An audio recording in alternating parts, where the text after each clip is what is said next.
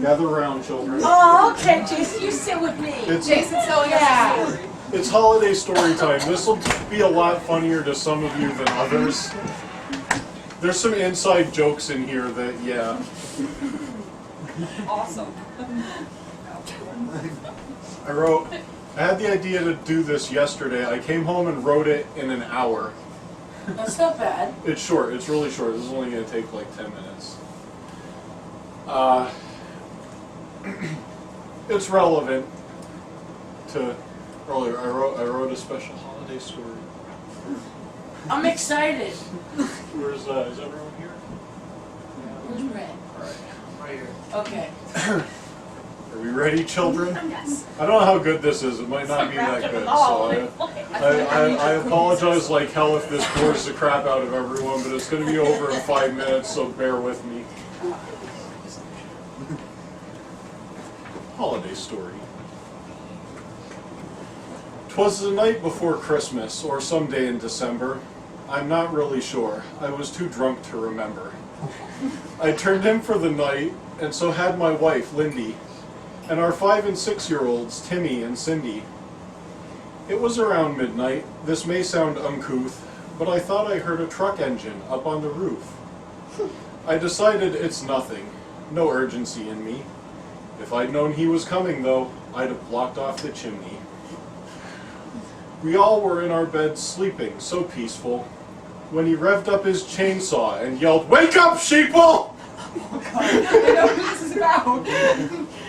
And all at once I sat up with a fright. Who is this intruder in my house at midnight? His face was deranged, unkempt was his hair. He smelled like a porta potty at a state fair. On top of his head was a hat of tinfoil.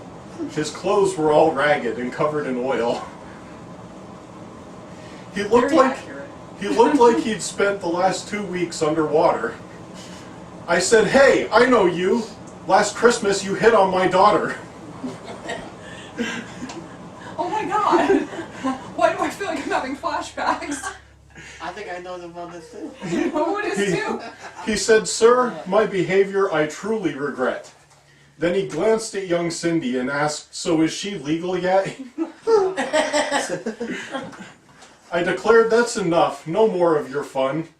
Then I turned to my wife and said, "Dear, get my gun." But he held his hand up and said, "You misunderstand. Billy Claus is my name. I'm a gift-giving man." "Are you a handyman?" I asked, "'cause your truck broke my roof." He said, "No, I come bearing a much greater gift, called the truth." Oh god. "Do you see this tinfoil hat that I've got? It protects me from Obama. He's been stealing my thoughts." "Now I shall dispense wisdom for all that it's worth. For example, tell me, what's the shape of the earth?" It's round, shouted Cindy. "We learned it in school." No, Billy Claus said, "Don't be a fool. The schools are just puppets of those assholes at NASA. They're filling your head with bullshit propaganda. The earth isn't round. That belief's a mistake. The reality is that it's flat, like a pancake." "You're insane, Billy Claus," was my only retort. But he held his hand up again and cut me off short. He said, "Sir, I believe you're outmatched in this fight. There's like 10 voices in my head, and they all think I'm right. What's more, the government's made your brain numb. They're spraying you with chemtrails and making you dumb. Science is nonsense for minds that are idle. All the knowledge you need is right there in the Bible. The world is 6,000 years old, aren't you seeing? And dinosaurs lived alongside human beings. All you've learned has been lies, lots of mirrors and smoke. And I'll be... Sorry, I just had a stroke. I finally decided that I'd had enough. I did not want my children exposed to this stuff. I yelled, "Get out of my house, you deranged lunatic! Your brain-damaged ramblings are making me sick." He began to reply, but then stopped and conceded. The look on his face told me he was defeated. He stumbled outside as he ranted and yammered, "You're all fucking stupid! Now I'm off to get hammered." My wife yelled, "Call the cops, don't let him get away." I said, "No, we can't stop him. It's his driveway anyway." So that is my story, and to this day I feel, I may have imagined it. He can't have been real. So if Billy Claus is someone who you'd like to see, then smoke lots of crack and take LSD.